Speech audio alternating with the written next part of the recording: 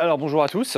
Après avoir reçu le CEO d'Aircall à la fin de l'année 2021, on est ravi d'accueillir aujourd'hui pour une nouvelle édition de notre format La Grande Interview de Tomcat Factory, Edouard Naté, qui est le CEO et cofondateur de Fox Intelligence, une boîte qu'il a créée en 2016 et qu'il a revendue à Nielsen il y a quelques mois. Alors Edouard, bienvenue et Merci. pour commencer, est-ce que tu pourrais nous faire un petit rappel sur ce que fait Fox Intelligence et l'articulation entre les différents produits de la boîte, Clean Fox, Green Fox, etc. Alors, je vais faire un gros rappel, Ouais. parce qu'en fait, pour expliquer l'industrie dans laquelle on est, et l'histoire que j'utilise, c'est celle de mon père.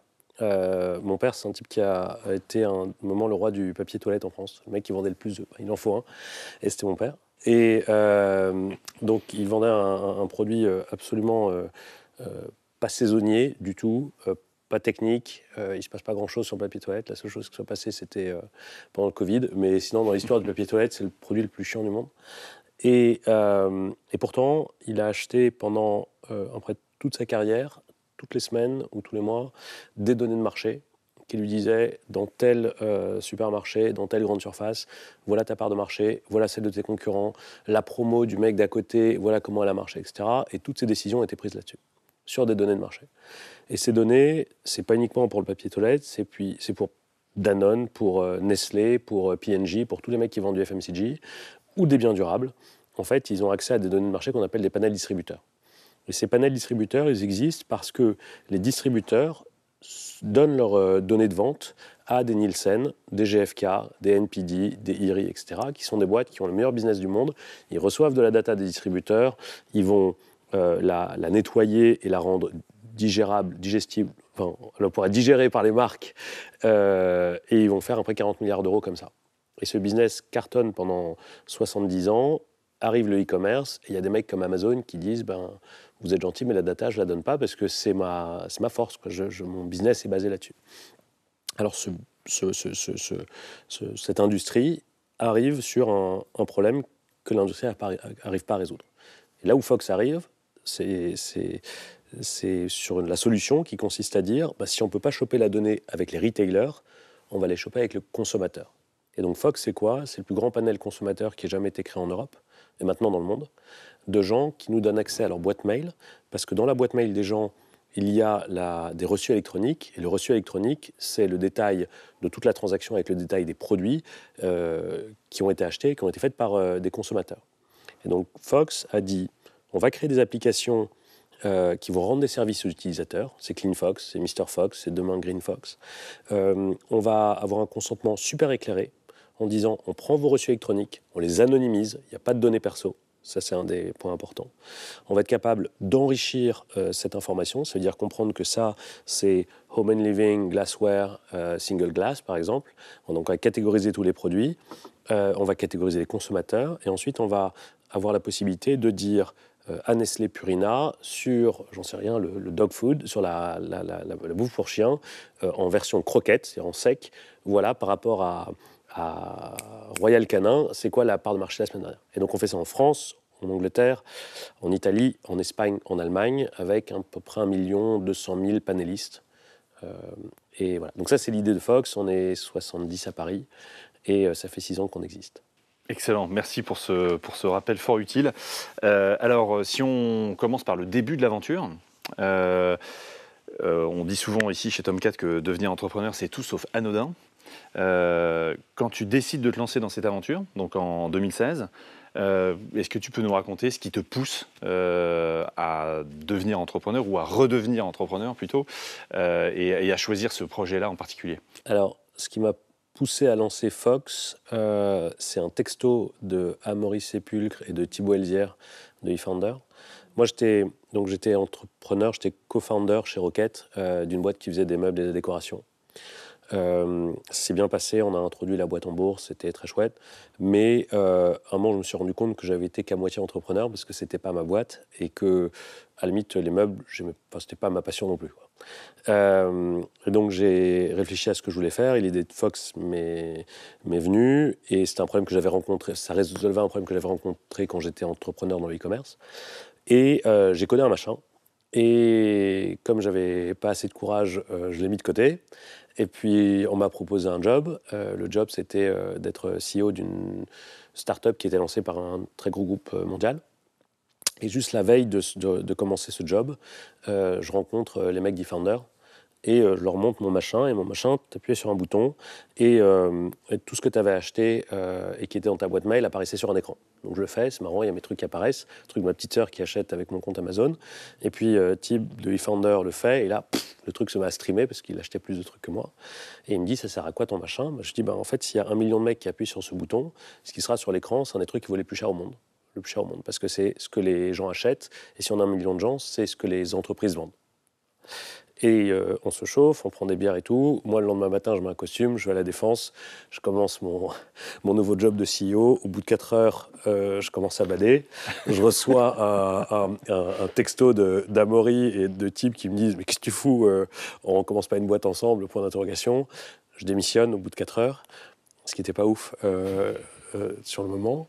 Et je me retrouve rue Ambroise Thomas chez eFounder, et c'est comme ça que ça a commencé. Excellente, belle histoire. Alors, est-ce que tu peux nous raconter les toutes premières étapes de l'aventure juste après cette décision structurante de partir de ce job? Littéralement, 1 heure après, je me retrouve dans le bureau, dans une pièce avec Amaury et Thibaut, et je leur dis en fait, pour créer le panel, j'ai une idée, on va mettre des 4x3 dans le métro, et on va dire aux gens, prêtez-moi votre boîte mail, je vous filerai 5 euros. Et là, je me rends compte que j'ai jamais levé d'argent, parce que lever de l'argent en disant j'ai une très bonne idée, on va donner des millions d'euros aux Français tous les mois et vous allez voir ce que vous allez voir, en fait ça marche pas. C'est la moins bonne manière de lever de l'argent. En tout cas quand on est founder first time, après on peut se permettre des trucs. Donc ils m'ont dit non, il faut pas faire ça, il faut qu'on trouve un moyen pour que les gens aient de la valeur autre que 5 euros. Voilà. Et on a trouvé quelqu'un qui devait de l'argent à tous les Français, c'est la SNCF, parce qu'à chaque fois qu'on a un retard de train, on a de l'argent qui peut être obtenu en dédommagement. Et là, ce qu'on a fait, c'est une application qui s'appelait Mr. Fox. Tu branches ta boîte mail, on voit tous tes tickets de train. On avait un peu hacké on a créé une API qui n'existait pas à la SNCF sur les retards de train. Et on arrivait à rembourser les mecs en direct. Le jour où on lance Mr. Fox, il y a une grève inopinée de la SNCF, comme demain, il y en a une de la RATP, mais encore plus inopinée. Et là, le truc décolle, on recrute plein de mecs sur notre panel. La SNCF nous élit même Jeune Pousse SNCF de l'année. Le lendemain de la... rancunier, c'est bien. Sauf que le lendemain, ils ont compris comment est-ce qu'on faisait le truc et ils nous ont coupé. Donc ça a été une courte lune de miel. Et donc, résultat, on se retrouve avec 25 000 gus dans le panel. On n'a plus le use case B2C, mais on check quand même si la donnée est bonne. Et donc, on fait un parseur, c'est-à-dire une analyse d'un marchand. Et le marchand, c'était un mec qui fait du VTC. Et on regarde les courbes. Et il se trouvait qu'on connaissait quelqu'un dans cette boîte. On lui envoie le machin. Le mec, il nous renvoie la courbe. On est en train de dessiner la vraie courbe des trucs. Et ça matchait mais parfaitement. On avait fait une machine où tu prenais un marchand, tu dis, je veux savoir quel a été son chiffre d'affaires la semaine dernière. Ça marchait à chaque fois. Il n'y avait que 20 000 gus. Bon. Et là, on se dit, on tient un truc, on n'a pas le droit de le foutre en l'air. Et donc, on a trouvé un moyen de transformer Mr. Fox en quelque chose qui récupère de l'argent en cas de retard Amazon. Donc on commande un truc sur Amazon, s'il y a un retard, pouf, on récupère l'argent. Bref, ça a bien marché. Et après, on a lancé CleanFox. Et CleanFox permettait de régler un problème qu'on avait rencontré, un problème technique, c'est que les boîtes mail contiennent des dizaines de milliers de mails. Ça pollue terriblement. On s'est dit, il faut qu'on règle ce truc. Et on l'a fait un peu en side project. On l'a lancé 2000 mecs le premier jour, 2000 mecs le deuxième jour, 2000 mecs le troisième jour. Et on a fait... en une semaine, on avait la taille d'un panel Kantar. En un mois, on avait le plus gros panel jamais constitué, puis après, ça a continué comme ça. Donc ça, c'était les premiers moments. Alors tout ça, c'était il y a 5 ans. Quand tu te replaces il y a 5 ans, au tout début de l'aventure, si tu essaies de resituer vraiment les drivers profonds de motivation qui t'ont fait franchir le pas en disant « Allez, j'y vais, je claque ma dème et j'y vais sur ce projet où voilà, je pars de pas grand-chose, mais vraiment les drivers profonds, c'était quoi? Il y en a plein. L'ADEME, c'est quand même un bon driver, c'est-à-dire démissionner et se dire bon maintenant, voilà. Donc ça c'est un bon driver. Mais j'avais toujours le truc en tête de Oliver Zamber qui m'avait recruté chez Rocket, qui m'a dit mets-toi à risque, mais quand tu as peur, rappelle-toi que ton risque le pire, c'est que tu retournes chez Bain ou chez McKinsey, et globalement, c'est-à-dire que tu n'es pas à risque. Et donc j'avais cet équilibre de dire, j'ai fait un truc assez rock'n'roll, mais qui n'était pas suffisamment si risqué que ça, puisque mythe, bon. Et je me serais grillé auprès du monde des parkings, parce que c'était une boîte qui faisait des parkings. Enfin, j'aime pas les bagnoles, donc à la limite, c'est pas gravissime. Le deuxième truc, c'est que moi, j'ai toujours voulu être entrepreneur, donc j'avais le sentiment de toucher vraiment à ce que je voulais faire, parce que c'était le seul moyen pour moi d'avoir plusieurs vies. Enfin, c'est comme ça que je règle mon problème de la peur de la mort, mais si je la ressens pas, je me dis au moins on va essayer d'avoir plusieurs vies, ça va être plus voilà. Donc ça va être le truc. Que ma femme est entrepreneur et que elle m'a toujours soutenu à fond, et donc ça n'a jamais été une question de dire mais tu mets le couple en danger ou je sais pas quoi. Et le dernier point, c'est qu'en janvier 2016, j'ai demandé Claire en mariage, où on s'est demandé, enfin bref, on s'est mariés quoi. On a lancé un petit bébé, enfin on a lancé la production d'un petit bébé.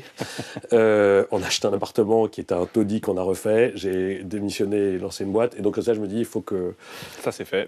voilà, il fallait faire des trucs et globalement, j'ai tout fait d'un coup. Ok, excellent. Est-ce que tu t'étais fixé une ambition particulière au début, voilà, au moment où tu te lances dans l'aventure? Est-ce que tu t'étais fixé quelque chose dans le temps, en termes de valo, de quoi que ce soit? Est-ce qu'il y avait un niveau d'ambition dès le départ? Il y avait un premier truc, je peux le dire maintenant que la boîte a été vendue et qu'on a des clients et machin, c'est que moi, je ne suis pas un ingénieur, et je suis toujours été une sorte d'ingénieur refoulé, mais j'ai pas. Et je voulais juste que mes calculs que j'avais faits sur la représentativité, les machins, enfin, tout ce que j'avais imaginé, que ça puisse marcher. Donc quand le mec qui fait du VTC nous ramène le chiffre en disant votre truc c'est taré, juste simplement ça, se dire on a fait un truc, au moins ça colle. Ça c'était ouf. Le deuxième point, moi j'avais à l'époque envie de racheter un hippodrome. Pas pour les chevaux, mais pour l'espace, et pour en faire j'avais un projet de transformer un des hippodromes parisiens. C'était 300 millions à peu près. Je ne suis pas arrivé, mais c'était à l'époque ce que j'avais en tête, et c'est ce qui drivait pas mal de mes décisions. Dire comment je vais faire pour un moment. Voilà. Et après, il y a eu. Ça arrive après, mais c'était le sujet où Google a essayé de nous fermer. Et là, c'est devenu une bataille plus personnelle de dire on va faire ce putain de truc. On va pas laisser Google et Amazon choper ce marché. Et c'est ce qu'on s'est dit aussi avec Nielsen. Et c'est devenu la raison d'être de la boîte et les raisons qui ont conduit aux décisions qu'on a faites, notamment de lever, ensuite de vendre. Ouais, très clair. Alors, tu n'étais pas tout seul dans cette aventure au début, il y avait des cofondateurs avec toi. Est-ce que, toujours sur ce même sujet de c'est quoi l'ambition qu'on veut donner à la boîte au départ, est-ce que sur ce sujet-là, vous en avez parlé avec tes cofondateurs dès le début? Est-ce que vous étiez alignés dessus? Est-ce qu'il y a eu des débats là-dessus? Pas tellement, parce que la manière dont ça s'est structuré, moi j'ai fait 3 mois tout seul, enfin avec eFounder qui était mon cofondateur par intérim. Ouais. Ensuite, je vais à une soirée où moi j'avais fait des boîtes en perso avant, enfin j'avais fait un Tinder qui marchait pas, j'avais fait avec toujours des noms, voilà. Donc mes potes se marraient un peu je lançais une nouvelle boîte qui paraissait totalement farfelue, et il y a une meuf qui dit ah bah mon frère cherche un stage. Et donc j'ai pris en stage, c'était un mec qui s'appelait Louis. Le mec arrive, au bout de 5 minutes, je me rends compte que le mec est une star et qu'il faut absolument le garder. Une autre personne arrive, c'est un développeur, c'est Nicolas. Et pareil, je me dis, c'est pas possible. En fait, soit dans les boîtes précédentes, j'avais recruté que des clampins, soit j'ai eu du bol avec ces 2 personnes-là. Et donc assez rapidement, et puis Gabriel, qui était aussi une stagiaire ESSEC. Et ensuite, je me suis rendu compte qu'en fait, j'avais mes 3 cofondateurs. Et c'est une évidence au bout de le passage. Voilà. Donc ça s'est passé comme ça, et Florian ensuite nous a rejoint 1 an et demi après, qui est notre CEO. Mais de ce fait, il n'y a jamais le marché était énorme, on a compris qu'on avait un truc qui marchait. À chaque fois qu'on montrait à quelqu'un, même si c'était fait de briques et de broc, les mecs étaient « oh putain, ce truc est ouf ». Et donc résultat, on s'est dit on va aller le plus loin possible, donc on s'était... Voilà. Très bien. Pour finir sur ce chapitre du début, c'était pas ta première aventure entrepreneuriale, comme tu l'as dit. Il y a eu donc l'aventure West Wing avant. Ouais. Est-ce qu'il y a des choses particulières que que tu avais apprises dans cette première expérience, enfin dans cette expérience préalable chez West Wing, qui t'ont beaucoup servi, qui t'ont fait gagner du temps dans l'aventure Fox? Déjà, chez West, enfin, le principe de West Wing, c'est que c'était un concept qui avait été lancé en Allemagne, qui cartonnait. Et ensuite, Oli a recruté des couples de consultants de chez Mac et de chez Bain, un peu partout dans une dizaine de pays. Et moi, j'étais un des membres d'un de ces couples. Et l'autre, c'était Julie Valbaum, qui maintenant s'occupe de Maison du Monde. Et pendant les 6 premiers mois, on a cramé une thune de dingue, parce qu'en fait, on savait pas gérer une boîte. On faisait toutes les erreurs qu'il fallait pas faire. Et donc déjà, toutes les erreurs qu'on a faites à ce moment-là, où globalement, on joue à la start-up. Après, de manière plus précise, il y a le recrutement. On avait recruté, je pense, 300 personnes chez West Wing en tout. Et donc, le radar à cinglé qui permet d'éviter les gens toxiques était pas mal aiguisé chez Rocket. 2, le fait d'apprendre à avoir un rythme de décision, surtout au début, hyper élevé. Genre, ce qui importe, c'est que la balle continue à bouger. Et réfléchir sur ce qu'on va. Donc ça, c'est vraiment un truc que j'ai appris chez Rocket, c'est il faut que ça dépote. Le 3e truc, c'est plutôt en opposition à ce que j'avais vécu, c'est-à-dire qu'on était dans une boîte où le style était la chose la plus importante. Et moi, j'étais obsédé par la data. Et donc j'avais fait une sorte de pré-Fox Intelligence au sein de West Wing, en disant, mais mec, il faut driver par la data, pas par le truc. Et moi, je venais d'Amazon, où j'étais passé avant. Et donc, résultat, j'avais une sorte de, pas de frustration, mais de petite to-do list de choses que je savais être bonnes pour un e-commerçant. Et donc, résultat, ça m'a permis d'avoir, avec vente privée, avec showroom, avec tout un tas de boîtes, un discours qui était hyper expert immédiatement quasiment. Ouais, excellent. Alors, si on parle un peu de la concurrence, est-ce que tu peux nous dire la place qu'occupaient tes concurrents, directs ou indirects, dans tes réflexions en tant que CEO? Est-ce que c'était une obsession quotidienne? Est-ce que finalement tu traçais ton sillon sans trop regarder les concurrents? Voilà. La place des concurrents dans ta vie quotidienne de CEO. Alors l'avantage de faire un job où il faut faire une startup B2C avec des millions de downloads, une data factory où on est capable de faire la différence entre des tomates au basilic et des sauces tomates au basilic, etc., etc. Et ensuite faire un SaaS dans une industrie où il n'y a pas de SaaS, c'est que moi j'ai eu du bol de tomber sur des gens qui ont eu la gentillesse de mettre de l'argent chez nous, mais en Europe on n'a pas eu de concurrents. Il y a personne, peut-être parce que c'est un business trop relou, et donc bref, personne s'est mis. On avait un concurrent aux US qui s'appelait Slice, qui a été racheté par Rakuten, qui a été aussi racheté par Nielsen un mois avant qu'on se fasse racheter, donc maintenant c'est des potes. Et eux, en fait, ils étaient aux États-Unis, on était en Europe, on s'est vu une fois à New York, on a dit c'est dur comme business, oui, comment vous faites ça? On a comparé nos trucs, on voyait que c'était dur pour eux et que c'était dur pour nous. On a dit vous gardez les US et nous on prend l'Europe, et on se voit tous les ans, et machin. Et ça s'est très bien passé. On a même failli merger 2 boîtes à un moment. Donc notre concurrent, la vraie concurrence en fait, c'était les gens qui ne veulent pas utiliser de data. Et donc les vraies concurrences, c'est les comportements de je connais mon métier, moi, monsieur. Je ne vais pas avoir des petits comptes Fox Intelligence qui vont me dire quels sont les trucs que je dois sourcer pour mon business. Moi, je connais. Et donc ça a été notre vrai concurrent. Et résultat, on a passé beaucoup de temps avec les clients pour comprendre comment est-ce que des gens qui pensent avec ce mindset-là, qui est concurrent à notre démarche, comment on arrive à les retourner ou à leur prouver qu'en fait, il faut utiliser la data, ou les deux. Et donc c'était ça le vrai concurrent pour nous. Et alors, tu peux nous reparler de ce que tu as évoqué brièvement tout à l'heure sur Google, Amazon, et en particulier Google, qui à un moment a voulu t'empêcher de continuer à développer le business. Tu peux nous parler un peu de ça? En gros, dans le monde du commerce, il y a 3 jobs. Il y a le fait de faire du retail, et comment dire, le job de détaillant, la révolution a déjà eu lieu, c'est Amazon qui a gagné. Il y a celui de la pub. Là, c'est Google et Facebook et aussi Amazon qui ont gagné, et Fox s'est fait battre. Enfin, voilà. Et le 3e truc, c'est le measurement. Et le measurement, la révolution du online n'a pas eu lieu, parce que quand on regarde la bouffe pour chien, par exemple, l'essentiel est encore offline. Donc les Nielsen, les IRI et compagnie, ils n'ont pas encore vu la vague passer. Bon. Le Covid est arrivé, ça a accéléré la pénétration du e-commerce, et là, on est en train de se dire, c'est maintenant que ça joue. Il y a 2 mecs qui sont Amazon et Google, se disent un marché de 40 milliards qui peut être, quand c'est bien fait, rentable à 60% des bits. Pourquoi pas moi? Et surtout, quand on est celui qui vend les parapluies, c'est toujours mieux d'être celui qui dit la météo aussi, globalement. Et donc, résultat, Google arrive, se rend compte qu'on a accès, avec le consentement des utilisateurs, à la donnée la plus précieuse du web. Et ils évoquent des sujets de privacy pour nous couper la route. Et résultat, c'était le lendemain de la série B. On est de lever 10 millions. Je reçois des mails, des calls de félicitations. Et je reçois un call d'un copain en plus qui avait investi chez Fox et qui me dit « je crois qu'on a un problème ». Il m'envoie le machin. Et il avait marqué « Gmail est fermé aux gens qui font de la market intelligence, même anonymisée ».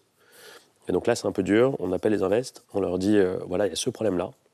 On va prendre quelques jours pour y réfléchir, mais en tout cas, on n'ira pas se battre contre Google parce que c'est impossible, on va cramer les 10 millions et voilà. » Tous les investisseurs ont été ouf. C'est-à-dire, on était OK, pas de problème, dis-nous le plan, machin. Et le plan, j'explique en 2 minutes. Ouais, vas-y, c'est très intéressant. En fait, ils nous avaient coupé l'API. Donc l'API, c'est de Gmail, c'est tu veux me donner accès à ta boîte mail, moi je veux voir Google. Google, je lui dis, lui il m'a dit oui, toi tu lui dis oui, je lui ai dit oui, pouf, je récupère tes accès, mais par l'API. Désolé pour l'utilisation de l'API. À un moment, Google dit l'API, c'est non. Et donc, résultat, le seul moyen que tu as de me donner accès à ta boîte mail, c'est que tu me donnes un accès IMAP, c'est-à-dire l'accès le plus. Qui date des années 79. Mais le problème, c'est que c'est hyper dur. Et donc, ce qu'on fait, on fait la même chose qu'a fait BlackBerry il y a hyper longtemps, ce qu'a fait Gmail quand l'iPhone lui a demandé d'avoir un système de push qui fonctionne, c'est on a créé une API. On a créé toute une surcouche à l'IMAP. Ça nous a pris 3 semaines de faire un POC qu'on a montré aux invests en leur disant « ça marche ». Ça nous a pris 6 mois de le faire sur toute l'Europe.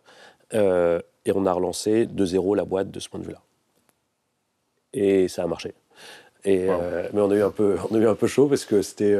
Et les clients étaient dingues. Et les clients étaient ouf parce qu'ils ont dit « de toute façon, il n'y a pas mieux que vos data ». Donc même si le panel d'un côté était en train de diminuer, le nouveau arrivait et puis c'est passé. Waouh, belle histoire. Alors, on va parler de croissance maintenant un peu, notamment pour les entrepreneurs de Tomcat Factory qui sont autour de nous aujourd'hui et dont c'est la principale obsession, comment faire croître son MRR. Est-ce que tu peux essayer de nous résumer la recette de croissance Fox Intelligence ?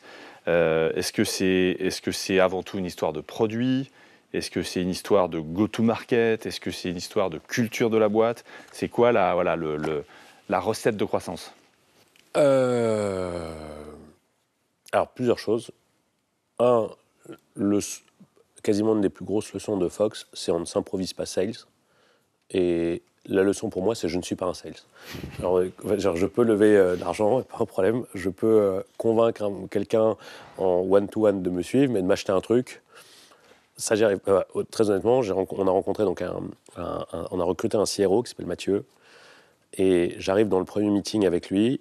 Il me dit vas-y pitch, donc le Gus.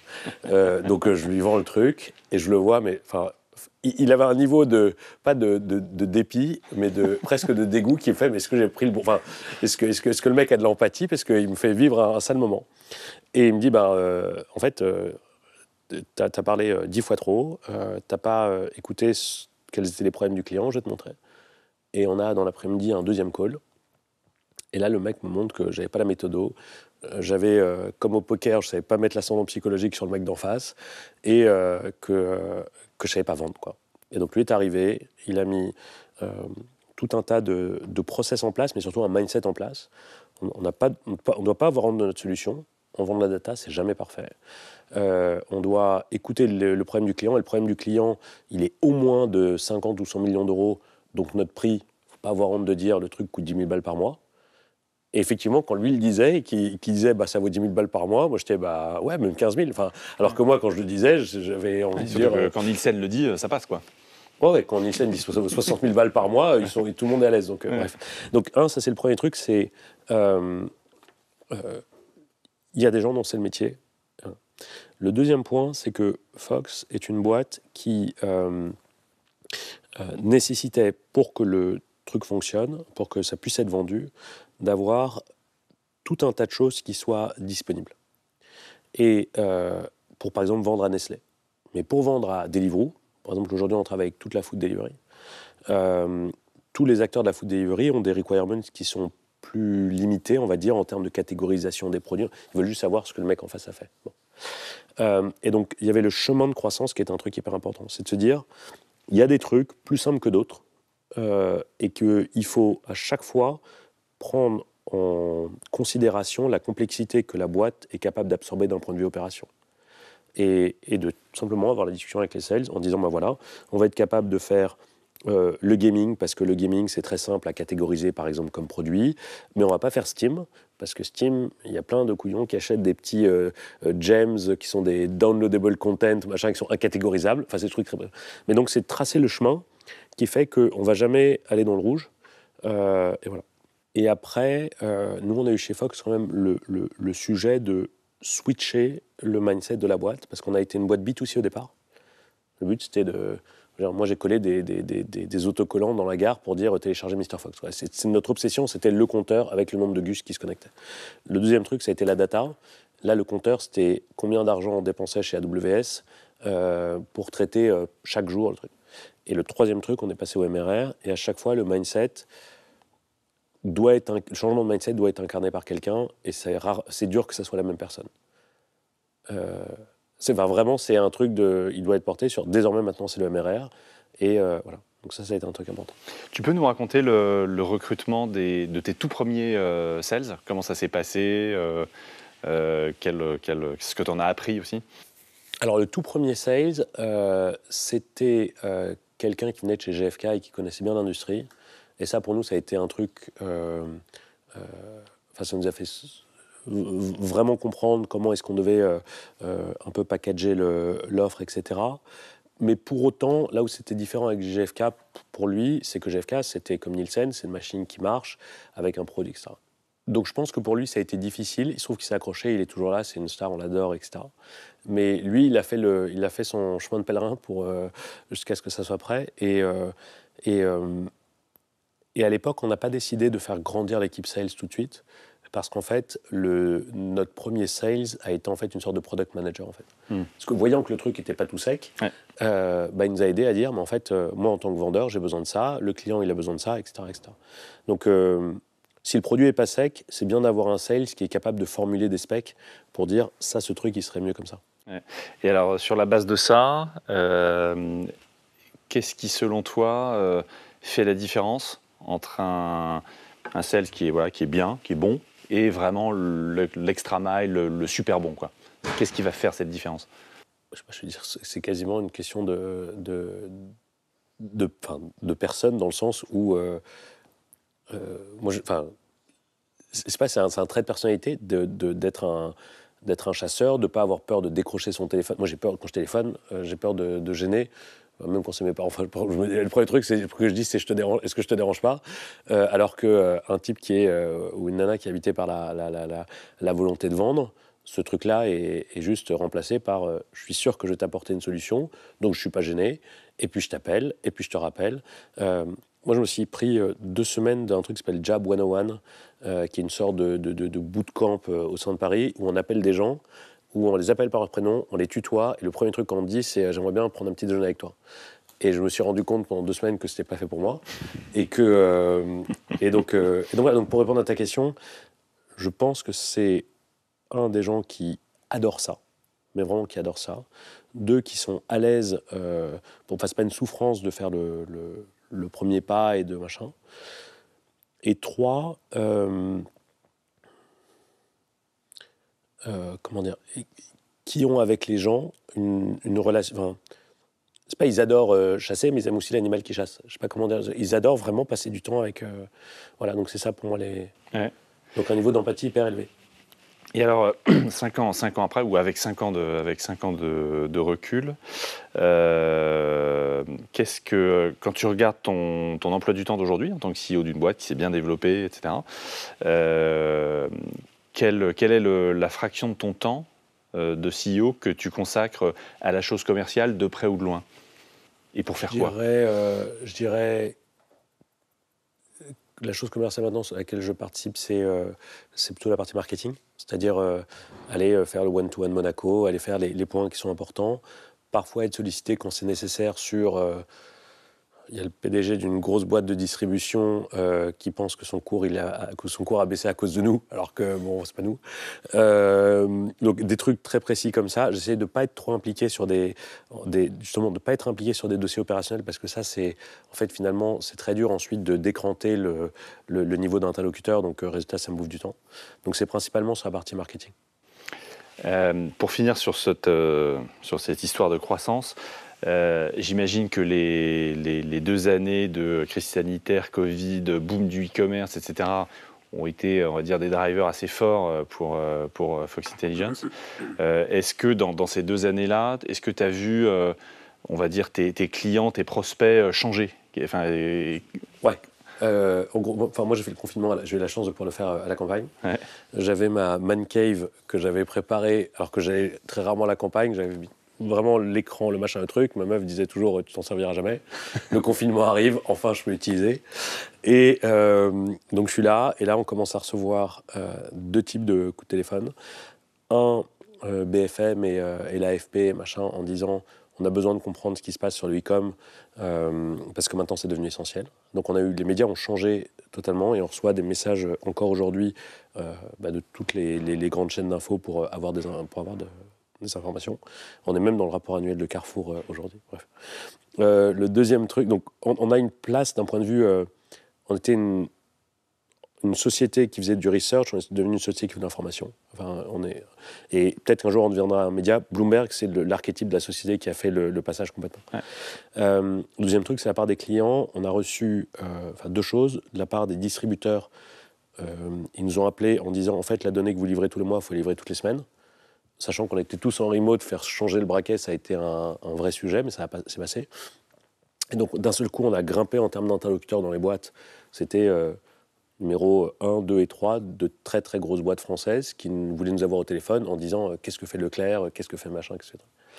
Et le deuxième truc, c'est qu'on a une nana de Nestlé qui nous a dit la phrase qu'on utilise dans toutes nos presses, c'est l'hypothèse qu'il faut prendre par défaut, c'est que tous les changements, qu'ils soient bons ou mauvais, la croissance, les menaces, les opportunités, viendront désormais du e-commerce.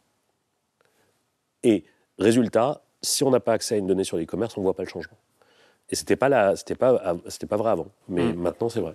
Et donc c'est ça qui a changé, et des gens qui refusaient de nous parler sont venus nous voir. Alors si on parle maintenant un peu de tous ceux qui ont rendu tout ça possible, c'est-à-dire les salariés de Fox Intelligence, est-ce que tu peux nous parler un peu de ta stratégie de recrutement ? Quel genre de salariés, de collaborateurs tu cherches chez Fox Intelligence ? C'est quoi ton mode de sélection, les caractères que tu recherches, etc. Déjà, on a une personne, 2 personnes à notre CEO qui est ultra impliquée dans le recrutement et qui travaille avec une personne qui s'appelle Julie, qui est une star de remplir un pipeline avec des gens de qualité, motivés, avec un bon mindset, etc. Et briefer sur ce qu'on va faire. Et donc, et c'est un job qui est dur parce qu'il faut expliquer à des dizaines et des dizaines de gens. Et ne pas avoir cette personne aurait été un vrai sujet pour le recrutement chez Fox. Le deuxième truc, c'est on a le mec qui est assis à ma droite, il s'appelle Régis, il est responsable du machine learning et il fait un truc où quand je lis les commits qu'il fait sur GitHub, son code, je comprends rien du tout. Pourtant, je sais lire du Python, mais je comprends pas ce qu'il fait. Et donc, ça, c'est sur. Je peux prendre un autre exemple. Il y a un des mecs du marketing qui vient me voir en me disant Edouard, il faut mettre 5000 balles sur ce mec qui fait sur TikTok des vidéos. Et je regarde les vidéos et je me dis, mais je veux bien mettre 5000 balles, mais je pense que c'est pas forcément le meilleur investissement. Boum, le mec nous rapporte 60 000 utilisateurs. Parce qu'en fait, moi, je suis nul. J'ai 38 ans et j'ai pas compris TikTok, en fait. Donc, sur tous les sujets, le marketing, la tech, le machin, je parle même pas des mecs qui font le DevOps, tous les sujets, il faut recruter des gens qui sont plus talentueux, meilleurs que nous. Et éviter, par exemple, le cas d'école, c'est certains partis politiques français, voire beaucoup, qui ont une méthode de recrutement qui est je recrute un peu moins talentueux et un peu moins scrupuleux, et à la fin, ça donne des gens que je ne citerai pas.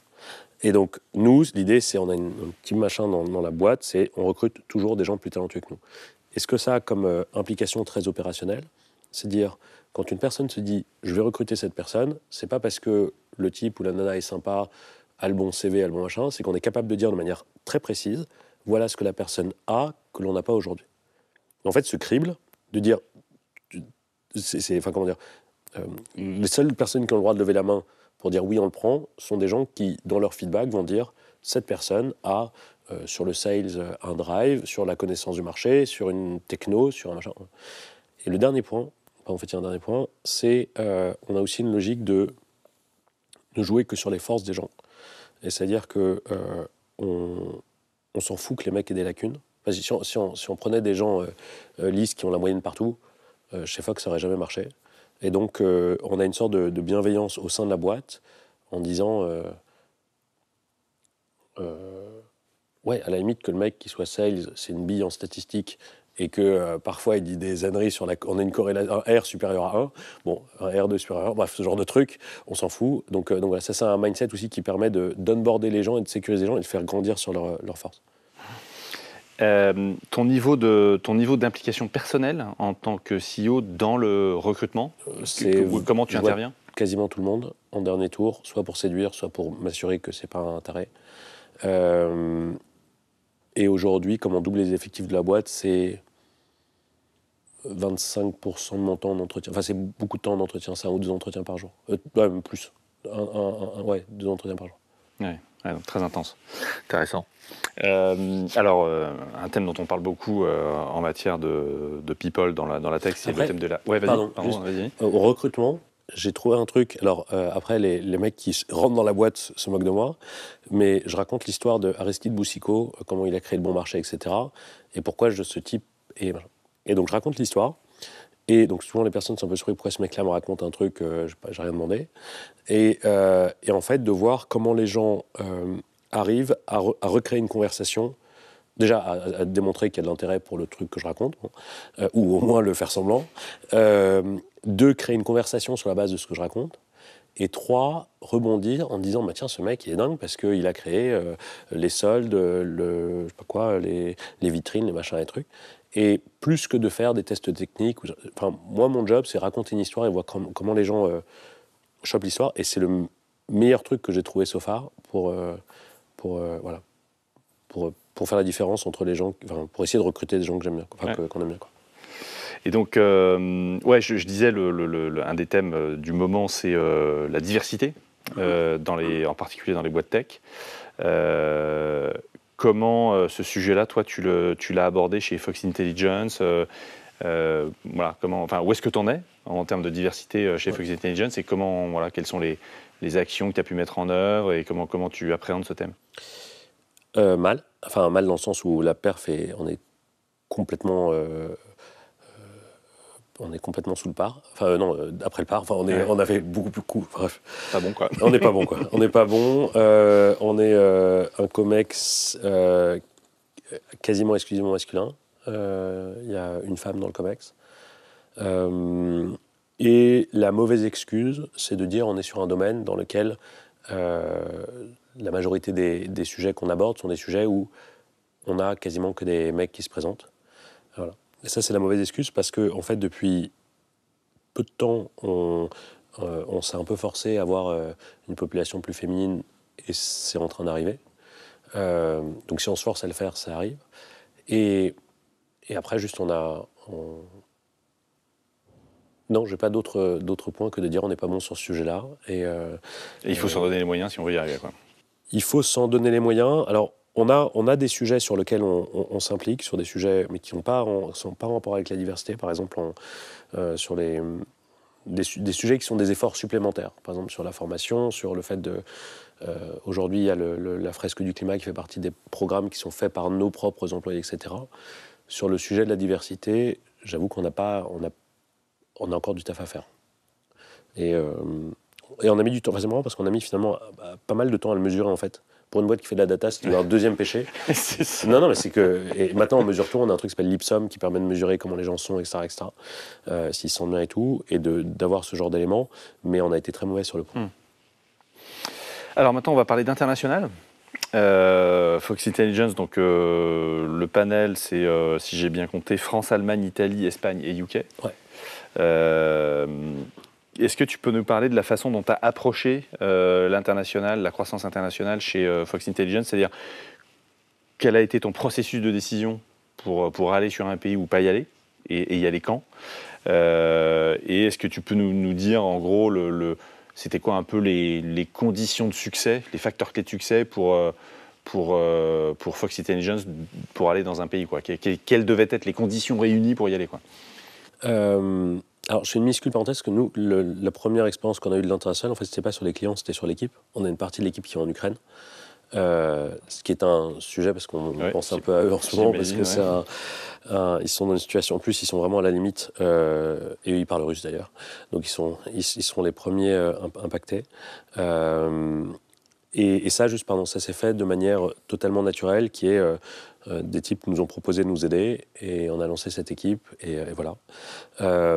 Et c'était le premier élément international de Fox. Ensuite, il y a eu effectivement le panel. Ça s'est passé de manière assez presque involontaire. C'est-à-dire que CleanFox marchait tellement bien, on l'a traduit en anglais, et le truc s'est mis à cartonner dans tous les pays en Europe, puis on a traduit les différentes versions. Et puis à un moment, nos clients nous ont dit, Deliveroo, Just Eat et autres, en disant ça donne quoi sur les autres pays. Et comme notre proposition de valeur était sans concurrence dans les autres pays d'Europe, bah, c'est naturellement, on a fait ça là-bas. Puis Google est arrivé, pouf, tous les panels sont revenus à zéro. Là, on s'est concentré sur la France. Et parce qu'on avait déjà des clients qui avaient des antennes internationales, on est reparti par là. Mais rétrospectivement, quelle est la stratégie si on avait une stratégie et avec les mêmes résultats, ça aurait été quoi? Ça aurait été s'appuyer sur les adjacences internationales des clients existants, être capable ensuite de fabriquer des petits ROI sur place, parler, hyper important, parler à ses clients de la roadmap. Nous, on a parlé à Back Market, par exemple, de l'Italie. On dit on irait bien en Italie, mais le problème de l'Italie, c'est que sur le e-commerce, il y a plein de trucs qui ne vont pas, il y a le cash on delivery, il y a plein de trucs. Voilà. Et Thibaut de Back Market, on dit on va mettre un billet et on va te payer le recrutement du panel dans l'Italie. Nous, on est rentré du meeting en disant on a bien fait d'en parler. On a fait d'en parler parce que le mec, il nous paye le panel. Bon. Et donc, c'est hyper important de parler en fait à mon avis, de ces politiques d'expansion internationale avec ses clients, parce qu'en fait, ils ont une idée assez précise de ce qu'il faut. Et pareil, avec un client VTC ou un client food delivery, c'est lui qui va nous pousser à dire il faut aller au Mexique, au Brésil, au Portugal, etc. Excellent. Alors, parlons un petit peu du produit, justement. On a parlé de ton application dans le recrutement. Donc, tu nous as dit 20-25% de ton temps, donc très significatif. Ton application dans la roadmap produit, quelle est-elle? Énorme. Enfin, en gros, c'est... comme tu m'as envoyé les questions, je sais qu'il y a une autre question qui suit, qui est quelle est la plus grosse erreur. Et en fait, elle est liée à ça. Elle est là. Moi, je code, et c'est ma passion depuis que j'ai 12 ans. C'est un truc que j'adore faire. Et quand on a lancé CleanFox, Nico, qui est le CTO, et moi, on s'est assis. On a Gabriel qui s'était mis entre nous deux, et qui jouait la CPO, et on a codé le truc en 2 semaines. Et ça a vraiment bien marché. Et ensuite, on l'a mis dans les mains de personnes qui étaient capables de prendre une roadmap, des sprints, des machins, etc. Ensuite, on a voulu faire le produit B2B, c'est-à-dire l'interface avec laquelle les clients allaient interagir.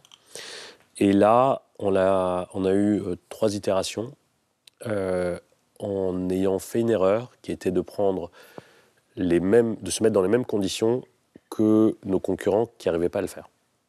En se disant, somehow, ça va marcher, on va mettre un mec qui va s'appeler Product. Évidemment, le truc sortait pas plusieurs fois. Et à un moment, on a même encore renforcé le truc en prenant une superstar du produit. Le type avait un CV de ouf, il parlait de code review, il parlait de tas de trucs que j'avais jamais entendu parler. En 6 mois, il n'y a rien qui a été shippé. Et j'appelle Nico et je dis, en fait, on va tout refaire nous. Pour l'instant, on ne le dit pas, mais on voit combien ça nous prend de temps de tout recoder. Et on l'a fait en 3 semaines, on avait fait le travail de 2 ans, pas parce qu'on est... pas pour une question de niveau, c'est une question de... Juste, on a un processus de décision qui était sur Slack en disant on fait ça, oui, pouf, et ça, pouf, le truc allait vachement vite. Et après, on a eu un produit qui marche, et les clients disent je veux ce produit, je veux pas le vieux truc qui marche pas. Et là, on s'est dit comment est-ce qu'on fait pour recruter un PM, un product manager, et une équipe de dev pour le développer. Et là, on allait chercher 2 personnes, pas une personne, donc Claire et Valentin, qui étaient CSM, donc qui se géraient des clients. On leur a dit, vous connaissez les clients mieux que personne, est-ce que ça vous dirait de devenir product manager? On s'en fout des sprints, on s'en fout des specs, on s'en fout de tout. Même on a un écœurement de ce trop-plein de méthodes, machin. Juste faites le truc comme vous le sentez. Moi, j'ai continué à coder 50% de mon temps, Nico 50% de son temps. On a pris un routier du PHP, parce qu'on codait en PHP parce qu'on est des vieux. Il s'est mis à côté de nous en disant c'est qui ces 2 tarés qui codent alors qu'ils doivent faire autre chose. Mais ça a marché. Et résultat, maintenant, on est en train de lâcher le truc. Et donc, pour répondre à ta question, implication sur le produit forte. On n'a pas de CPO. En fait, c'est moi qui ai joué ce rôle-là. Et ensuite, les plus grosses erreurs que j'ai faites, c'est le côté tour d'ivoire trop vite sur les sujets importants. Et les sujets importants, au moment où je l'ai fait, j'ai repensé à Stéphane Spana, qui était le mec qui avait monté West Wing Monde, et qui avait passé 1 an dans l'entrepôt, parce que le truc le plus important, c'était s'assurer que les trucs arrivent en bon état chez les gens. Et il était vraiment dans l'entrepôt, il sentait le carton, l'odeur du... vraiment, il était dans le machin. Et moi, pour Nico et moi, ça a été l'entrepôt... ouais, voilà, pardon. Non, je t'en prie. Si j'ai bien compris ce que tu nous as dit tout à l'heure, Foxy Intelligence, finalement, c'est un point d'observation de tout ce qui se passe dans le e-commerce. Tu es un petit peu au carrefour, il y a un point d'observation névralgique de tout ce qui se passe. Sur ces, on va dire, 18-24 derniers mois, c'est quoi les 2-3 tendances clés que tu as pu observer? Le premier point, c'est que la pénétration du e-commerce a gagné entre 5 et 10 ans, tout simplement d'un coup. Ouais. Ça s'est fait... Alors, je vais refaire mes interventions AFP ou mes trucs, mais il se trouve qu'il y a un truc dingue, c'est la génération B, donc les baby boomers, ont découvert le drive, ont découvert qu'on pouvait acheter tout un tas de choses. En fait, ils étaient très fans d'Amazon, mais il leur manquait encore quelques éléments. Donc, ça a converti des tas de gens et ils se sont rendus compte que c'est très chouette. Comme le télétravail a été adopté par plein de gens, le e-commerce a été adopté par plein de gens. Donc ça, c'est la première tendance, c'est la pénétration qui a augmenté. Le deuxième truc, c'est tout simplement la seconde main. Et Vinted, et Back Market, et Vestiaire.co, et toutes ces boîtes-là ont cartonné. Nous, on les accompagne. Et c'est un enjeu pour les marques, c'est un enjeu pour les marques à la fois parce qu'en fait, aujourd'hui, quand on est une marque, on a l'essentiel en fait des premières relations qu'un client va avoir avec la marque, notamment quand on est une marque de luxe, qui se font en dehors du scope de la vente première main, c'est dans la vente de seconde main. Et donc pour une marque comme Dior, ne pas savoir ce qui se passe sur les gens qui rentrent dans son périmètre de clients, c'est très dur. Plus les problèmes de contrefaçon, de machin, de trucs, mais en tout cas, voilà. Donc la seconde main. Le troisième point, c'est le sujet, nous, qu'on a vu ce qu'on appelle du direct sourcing ou des Wish d'AliExpress et de Shein, qui est Sheinside, qui devient l'une des premières marques de mode en Europe. Et le deuxième point, qui est la version un peu locale de ce truc-là, c'est juste que les marketplaces, et notamment avec des Miracles, et aussi ce que fait Cdiscount, ce que fait la Fnac, ce que fait Amazon évidemment, c'est le modèle qui est en train de s'imposer parce qu'il y a une maturité des vendeurs, une maturité des transporteurs, une maturité aussi des clients qui acceptent. Voilà. Et donc ce modèle est en train de... En fait, le modèle Boussicaut que je raconte dans tous mes entretiens, en fait, est en train d'exploser parce que c'est maintenant un modèle intermédiaire de manière très différente. Ouais, excellent. On parle souvent de la résilience comme étant une qualité essentielle des entrepreneurs. Est-ce que tu nous en as un petit peu parlé tout à l'heure, mais est-ce que tu peux nous mentionner le moment où tout aurait pu s'arrêter? Ouais. Et voilà, ce qui s'est passé, et comment tu as appréhendé ces situations, et les conseils que tu peux partager sur comment gérer ces moments très particuliers où tout peut s'arrêter.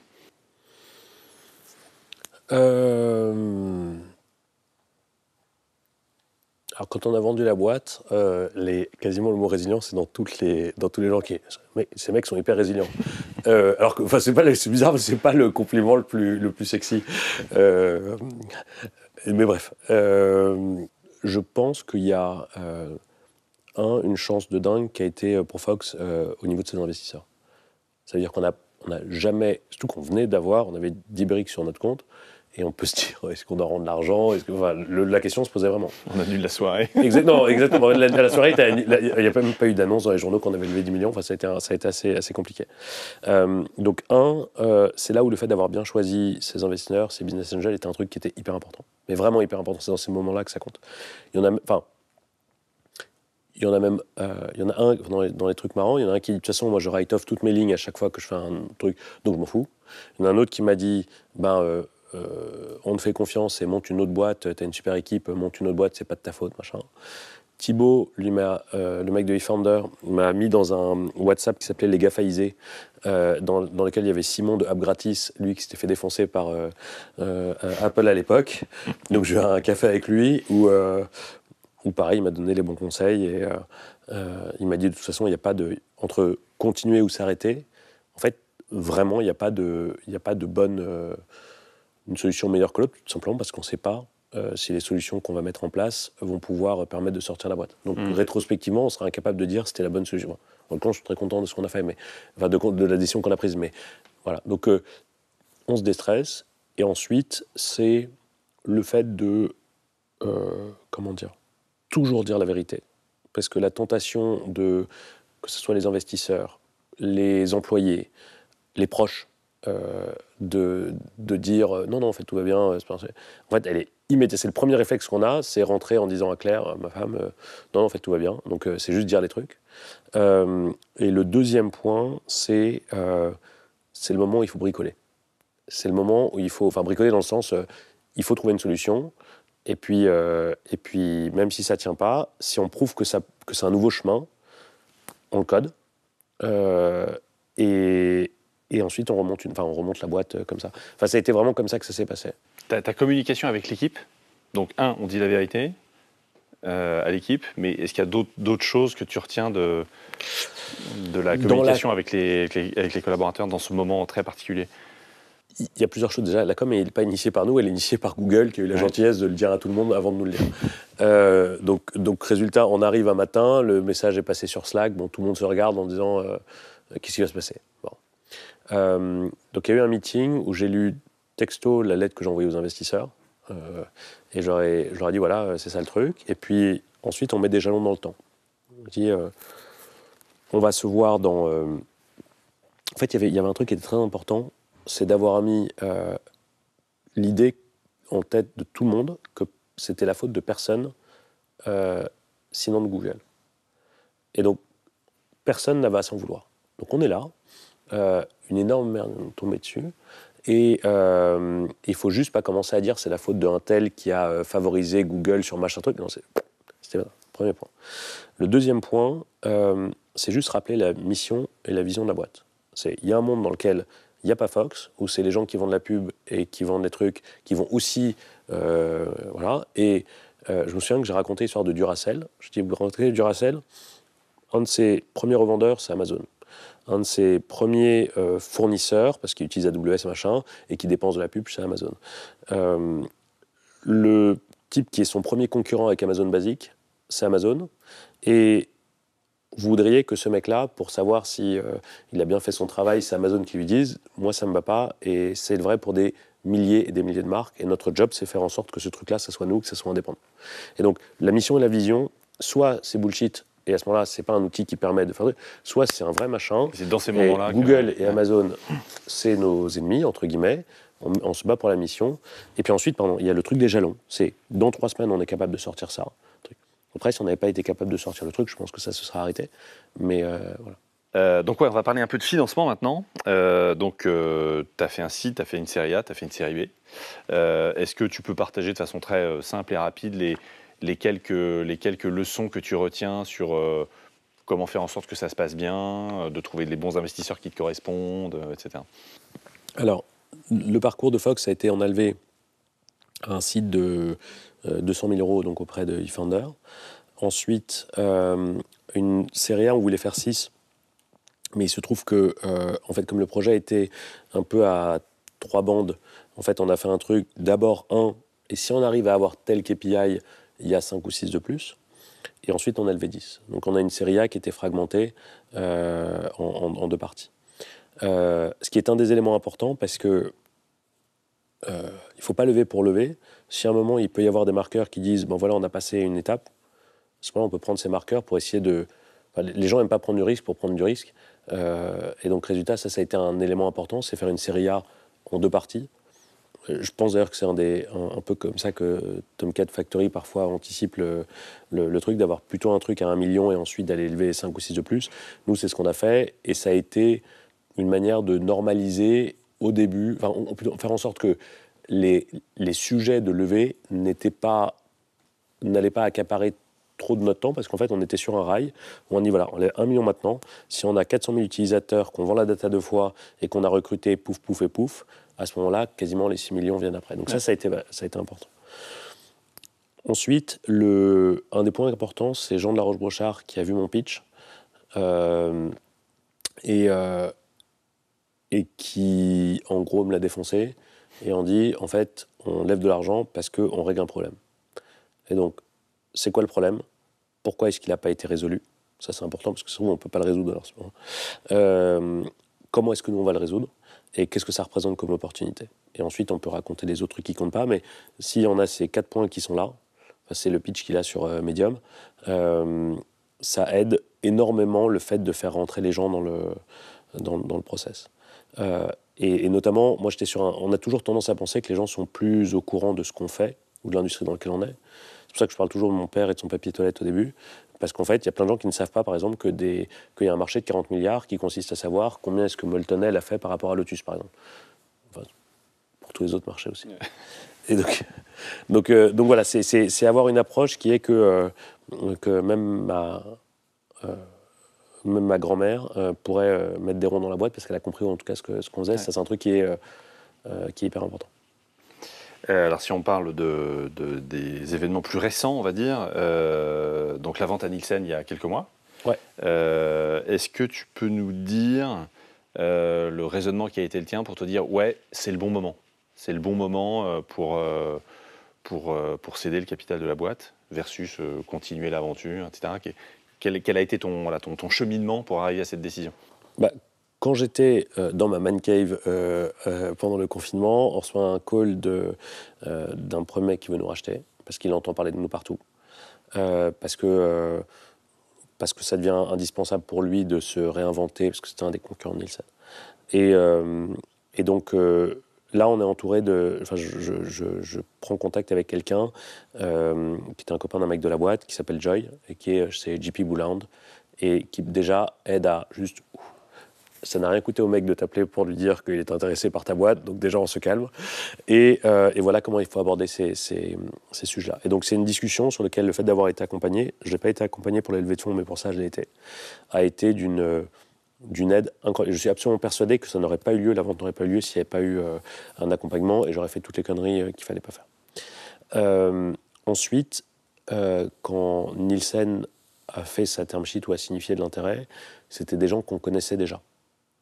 Et ça peut paraître étrange, mais c'était un concurrent qui, d'une certaine manière, aurait dû faire ce qu'on avait fait avant, mais avec lequel on avait été toujours hyper open sur comment on le fait, c'est quoi le truc. Et en se disant, de toute façon, ils auraient pu débaucher un mec de chez nous s'ils voulaient savoir comment ça marche, donc autant leur dire. Donc, ils sont arrivés en se disant, les mecs ne sont pas des marioles. On avait gagné des contrats avec eux.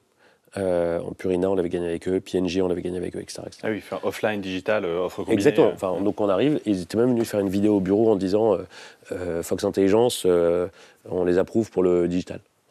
Donc on avait une relation avec eux, mais à un moment, entre être copain et être amant, c'est un peu différent comme relation. Et donc le truc doit changer. C'est eux qui font le premier pas, parce que c'est toujours plus simple, notamment pour avoir les négociations. Et au même moment, tout est au beau fixe chez Fox.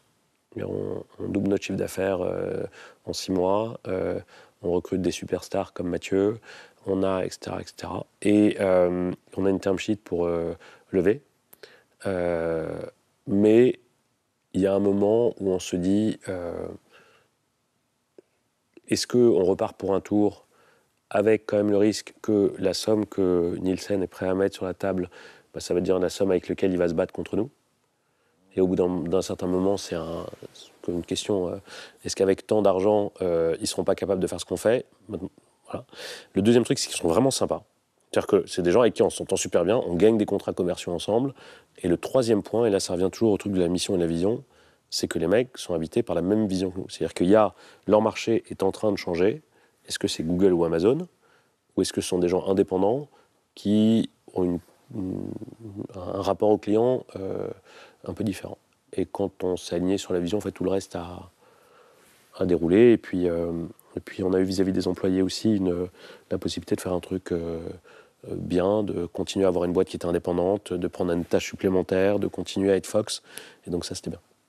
Est-ce qu'il y a des choses que tu peux partager avec nous aussi sur comment bien gérer son processus, le process de cession, de la transaction, etc. Des choses à faire, des choses à éviter? Il faut à un moment quand même, quasiment dès le premier jour de sa boîte, se dire un jour je pourrais la vendre. Donc, par exemple, pour les entrepreneurs, n'écrivez pas dans vos rapports de conseil et de surveillance des peurs infondées parce que vous êtes pour être plus scolaire que scolaire en disant ah j'ai peur que si machin fait ça, l'immeuble va exploser. Typiquement, ça fait partie des choses qui sont ensuite relues dans la due deal, qui font des stress dont on peut se dispenser. Enfin, bref, et que ça soit ça, que ça soit les trucs les heures des cadres, enfin tous les trucs la boîte doivent être faits pour qu'un jour on peut la vendre, la filer à quelqu'un et on ne stresse pas parce que tous les trucs vont prendre un temps de dingue à dépatouiller alors qu'il n'y a rien de grave, mais juste à tout dépatouiller. Donc une boîte, à partir du moment où on lève, est faite pour être soit IPO, soit vendue. Bon. La suite, c'est...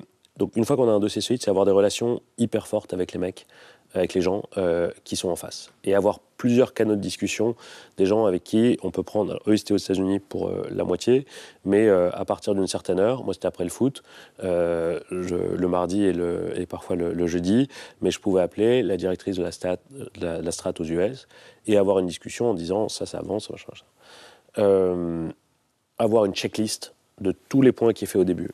Et on descend la checklist, et puis quand tout est vert, bon ben on passe à la suite.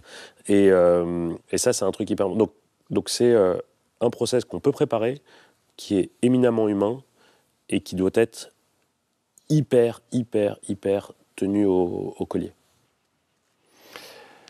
Et sur la fin vraiment du process, l'intégration de Fox dans Nielsen, est-ce que tu peux nous en parler? C'est un grand classique, on va dire. On sait que les process d'intégration ne sont pas toujours faciles parce qu'un corporate n'est pas une start-up, etc. Comment toi tu l'as vécu? Est-ce qu'il y a des choses qui sont bien passées, peut-être d'autres moins bien? Alors on est en plein dedans, ouais. Parce que ça fait que 3 mois maintenant qu'on a fait cette opération. Plusieurs choses. Un, Fox reste indépendant pendant un moment. Et donc, à ce titre, il y a plein de choses qui sont d'habitude compliquées ou complexes, et ça ne l'est pas avec nous. Le deuxième point, c'est que d'un point de vue business, sans rentrer dans le détail, il y a une partie du business où on va être capable d'apporter aux clients de Nielsen le offline plus le online, et comme ils ont racheté nos potes américains, la vision mondiale. Ouais. Et donc là, c'est de l'opérationnel, on bosse ensemble, on fait les trucs. Et il y a une partie où on a des typologies de clients qui n'étaient pas du tout Nielsen, genre Ubisoft par exemple. Voilà. Et donc là, c'est notre job d'emmener Nielsen sur des territoires un peu inconnus. Et donc, que ce soit sur de l'intégration pure et dure ou des trucs nouveaux, ça se passe bien. Et puis sur les choses qui sont remises en cause parfois de la culture d'entreprise ou simplement des bureaux ou des machins, en fait, ça, il n'y a pas. Parce que juste Nielsen IQ respecte... plutôt, Nielsen IQ arrive à parfaitement compris que si on avait réussi à sortir toute la grande chaîne de data qu'on opère, c'est parce qu'on avait un système un peu différent, quoi. Donc c'est parti pour plutôt pas mal se passer. Ouais, et puis juste, il y a chez Nielsen IQ, il y a des. Enfin, je dis pas ça parce qu'ils nous ont acheté et que maintenant c'est mes boss. Mais non, mais vraiment, il y a des stars atomiques. Enfin, c'est-à-dire que des gens qui nous ont. Enfin, nous, on s'est rendu compte qu'il y a des trucs qu'on savait pas faire avant de les rencontrer, quoi. Donc, non, C'est bien, on n'entend pas tout le temps ça, donc c'est cool. C'est sympa comme feedback. Alors pour terminer, 2 dernières questions. Si tu avais, sur la base de tout ce qu'on s'est dit, si tu avais 1 ou 2 conseils clés à partager avec les entrepreneurs qui nous écoutent ou qui nous regardent, quels seraient-ils? Et puis une toute dernière question qui est what's next? What's next pour toi sur voilà, quel est le nouveau chapitre qui va s'ouvrir pour toi sur ces prochains mois, prochaines années, si tu le sais déjà, si tu as déjà une vision là-dessus? Alors, très simplement, sur la deuxième question, moi, j'adore mon job. Je peux parler de e-com, être avec des gens plus intelligents que moi, faire du code. J'ai un job que j'adore. Je suis pas très loin de moi, je suis pas très loin de chez moi. J'adore les bureaux. Enfin, j'adore les gens. Enfin bref. Donc, j'ai pas envie de changer pour l'instant. Ça, c'est la première chose. Pour revenir à la question des conseils, c'est un peu gênant de donner des conseils, mais en tout cas, moi, les trucs que j'aurais voulu me dire à moi-même il y a 6 ans, déjà, ça va durer 6 ans, ça va pas être... le plan où c'est 400 millions au bout de 2 ans et demi, ce n'est pas vrai. Les trucs prennent du temps, ça c'est le premier point, c'est que ça prend vraiment du temps. Si ça prend du temps, il faut s'armer en conséquence, c'est-à-dire bien s'entourer, se préserver, bien s'entourer au bureau. J'avais une personne avec qui je discutais et qui me dit dans la vie, on a 3 sphères. On a la sphère famille, la sphère professionnelle, famille et amis, la sphère professionnelle, la sphère amoureuse. Et globalement, les moments où on est bien, c'est quand il y a une des 3 sphères qui est challengée et les 2 sphères sur lesquelles on peut s'appuyer. Si on a 2 qui sont en train de bouger, c'est risqué. S'il y a les 3 qui bougent, alors on n'est pas bien. Et si les 3 bougent pas, c'est que soit on te raconte des conneries à soi-même et qu'en fait il y a un truc qui ne va pas et voilà, ou soit on est en train de perdre son temps. Et moi, ce que j'ai essayé de faire, c'est j'avais mes potes, alors ils se foutaient de moi parce que j'avais des boîtes un peu débiles avant, mais qui étaient là, j'avais ma vie amoureuse qui était top, voilà, et qui est toujours top. Et j'étais en train de me mettre à risque, entre guillemets, c'est pas un risque, là-dessus. Donc ça, ce setup-là, moi, ce framework, il m'aide vachement. Une seule sphère à la fois, mais toujours une. Au moins une. Enfin, non, pardon, une. Toujours une, pardon. Si et seulement si. Non, il faut juste en avoir une. Donc il y avait ce truc-là. Et après, sur les investisseurs, moi, je pense vraiment, parce que j'ai eu d'autres feedbacks après, que j'ai eu vraiment du bol. Enfin, non pas que je ne les ai pas choisis, mais j'ai eu un bol de dingue de tomber sur ces gens-là. Et donc, ouais, de bien. Et c'est pas parce que moi j'ai refusé une term sheet au tout début, donc de quelqu'un qui a commencé à me tordre le bras pour que j'accepte la term sheet avec des trucs que je comprenais pas. À l'époque, je savais pas ce que c'était qu'un ratchet et ce genre de choses. Et j'ai essayé de pas le prendre et j'ai commencé à payer les employés avec mon propre. Avec mon argent. Et donc ça, au moment où on commence à payer les trucs avec son compte courant, c'est un peu bizarre. Mais je ne regrette pas du tout d'avoir refusé la term sheet en question. Et donc ouais, bien s'entourer et prendre son temps pour être avec les gens qui... Parce que c'est vraiment sur le temps long, quoi. Super, Édouard, merci beaucoup, c'était passionnant. Écouté. Et je propose qu'on prenne les questions du public. Est-ce que nous avons des questions pour Édouard ? Alors bonsoir, moi c'était pour savoir comment tu voyais le développement de Fox, maintenant que tu as vendu, comme tu souhaites quand même rester dedans. Le point c'est que quand tu vends une boîte, ça s'accompagne souvent d'une promesse que toi tu fais aux mecs à qui tu vends la boîte, et les mecs qui ont fait le deal, ils ont fait une promesse aux gens qui sont qui ont signé le chèque. Qui ont signé le chèque, globalement. Donc tout le monde est un peu tenu par il faut faire le truc. Donc tout simplement, on va faire le plan qu'on s'est dit, et tout le monde est aligné sur ce truc-là. Donc ça, c'est le premier point. Et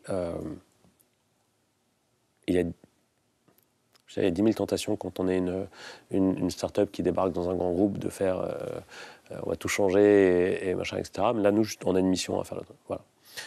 2, on va continuer à... et ça, c'est Nielsen IQ qui a été, je pense, assez smart pour nous permettre de le faire, à investir sur la culture de la boîte. Parce qu'on doit doubler le nombre de personnes chez Fox. Et ça pourrait être dangereux de à la fois faire, on vient de rejoindre une boîte qui fait 2,5 milliards de chiffres, et d'être une boîte qui a perdu son âme parce qu'on a recruté des gens qui n'ont pas été bien sélectionnés, bien onboardés, bien informés, etc. Donc ça, c'est le deuxième point, c'est comment on fait pour faire en sorte que Fox continue à être un truc que, je sais pas quoi, les gens qui sont data scientists identifient comme un endroit où on fait des trucs cool et où les gens sont respectés, etc. etc. Donc ça, c'est vraiment les deux autres choses. Après, il y a tu vois, dans la data, juste quand tu computes je sais pas quoi, un dataset où tu as des données de marché de ouf sur... surtout avec notre data. Notre data, on est capable de savoir si Bergamote et Monsieur Marguerite, lequel marche mieux, même juste en regardant très rapidement, pas forcément en allant dans le détail des emails. Donc, on pourrait réinventer le monde du VC parce qu'on est capable, sur des tas de boîtes, être capable d'identifier celles qui sont en train de générer plein d'interactions et celles qui ne le font pas. Et d'être savoir si les gens ils restent... je suis en train de partir sur un nouveau business plan, mais tu vois, il y a juste un truc qui est chouette avec la data qu'on manipule, c'est qu'il y a des adjacences assez naturelles vers des trucs qui créent vraiment de la valeur et qui ne sont pas faisables autrement. Est-ce qu'on a d'autres questions pour Edouard? Bon, merci beaucoup déjà pour d'avoir partagé tout ça, c'était super intéressant. Ma question, elle est plus sur l'éthique, ton métier. Pour pas parler de mes parents, moi j'ai une maman qui a beaucoup travaillé dans les études de marché, qui avait accès à beaucoup de data, mais dans un monde beaucoup moins digital, mais elle était DSI de sa boîte quand même des années 80. Je le place comme ça parce que ça me fait plaisir. Tu as accès à beaucoup de données, c'est hyper tentant pour plein de gens de vouloir la désanonymiser, si jamais tu l'as anonymisée, ou te demander de le faire, ou te demander des choses qui peuvent permettre d'accéder à ces boîtes mail. Est-ce que c'est arrivé? Comment tu l'as traité? Est-ce que c'est un truc dont vous avez parlé avant? Et comment vous alliez les faire? Et voilà, ça m'intéresse. Alors, nous, pour le coup, on est à plusieurs choses. Il y a un élément de... Je vais faire un petit détour juste pour partager un truc un peu... pas perso, parce que pour le coup, c'est partagé par l'essentiel des gens de la boîte. Aujourd'hui, Internet, l'essentiel, la majorité du modèle de financement... le modèle majoritaire de financement d'Internet, c'est la publicité. Et en fait, ce modèle-là, sauf à avoir un nouveau cadre réglementaire vraiment différent, ne peut pas terminer par Facebook donne la parole à des nazis, globalement. En fait, c'est juste pas possible. En fait, ça, c'est... Voilà. Et le point, c'est que... Et les entreprises payent pour ça, financent ce truc.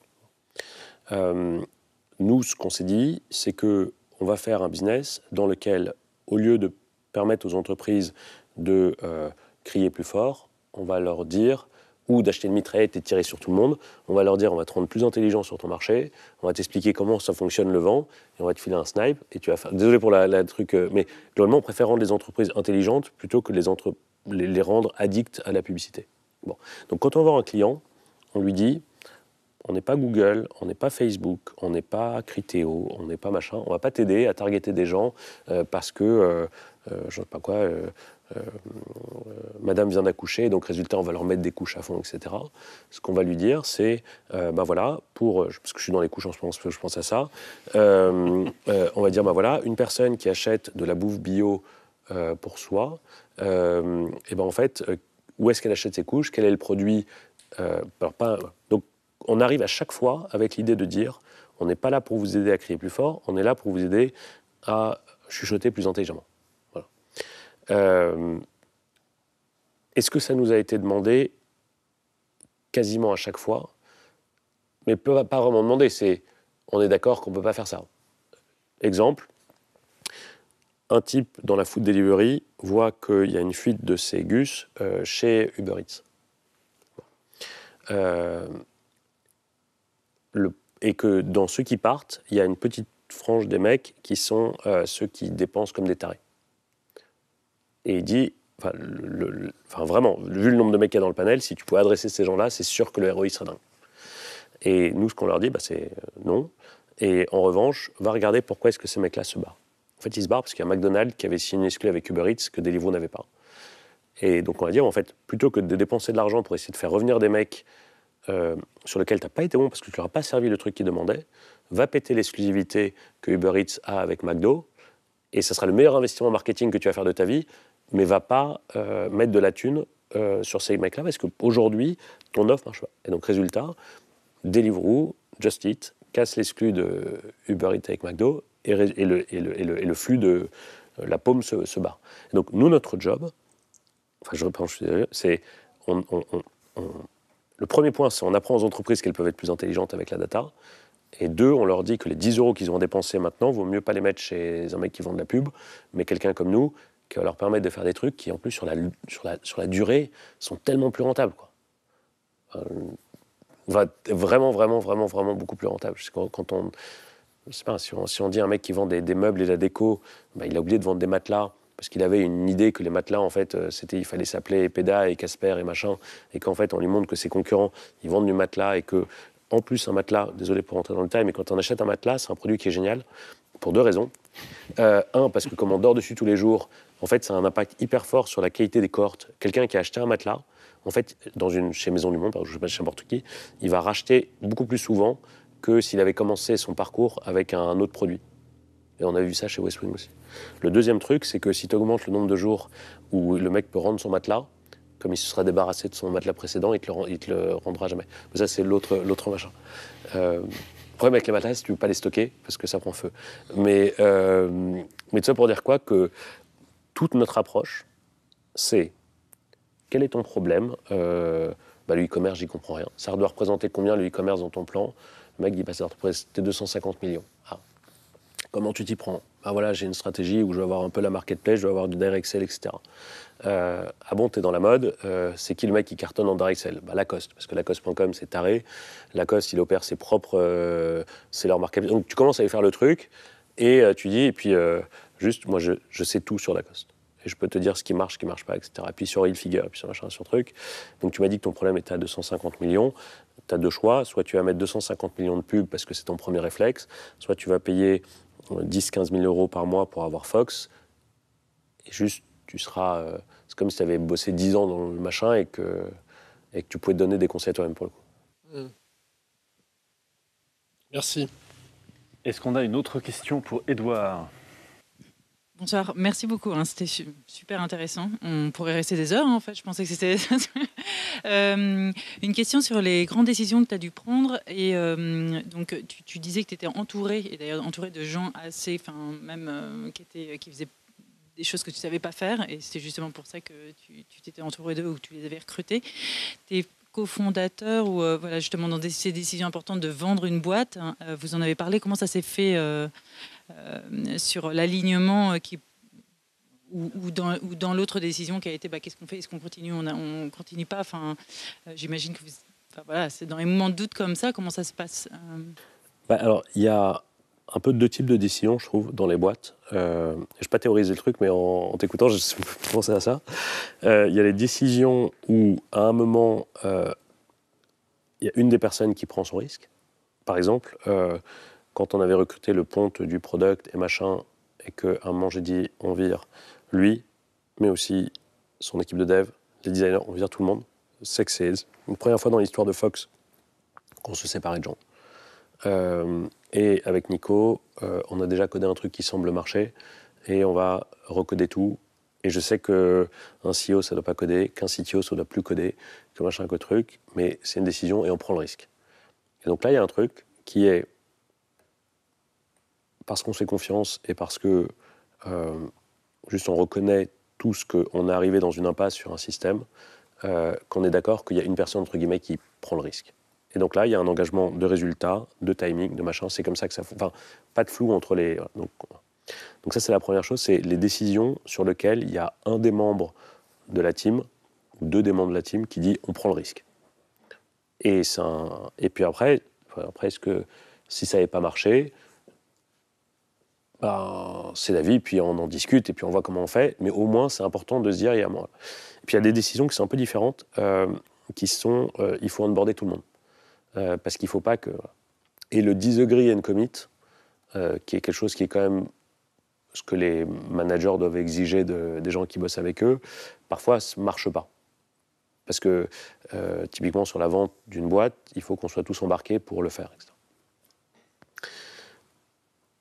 La manière de le faire, pour moi, sur ce sujet-là, il y a deux choses. C'est que, tout simplement, il faut que tout le monde y trouve son compte.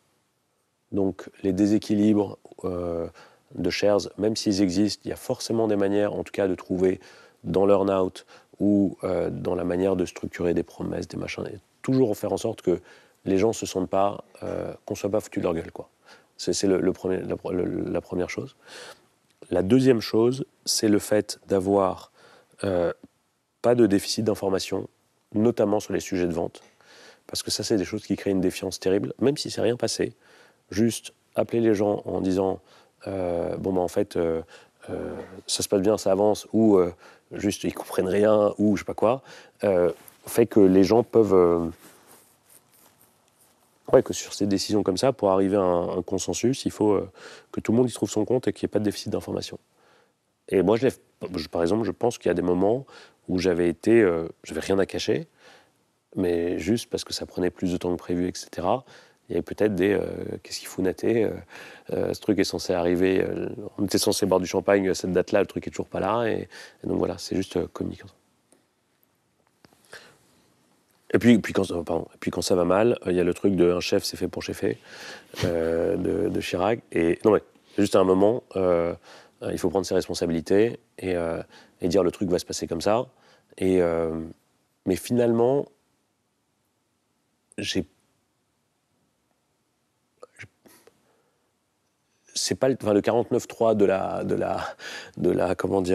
du management n'est pas un truc auquel j'ai fait appel, ou même des managers avec leur équipe font appel dans la boîte hyper fréquemment. Surtout, je peux répondre 3 plombs. Surtout, je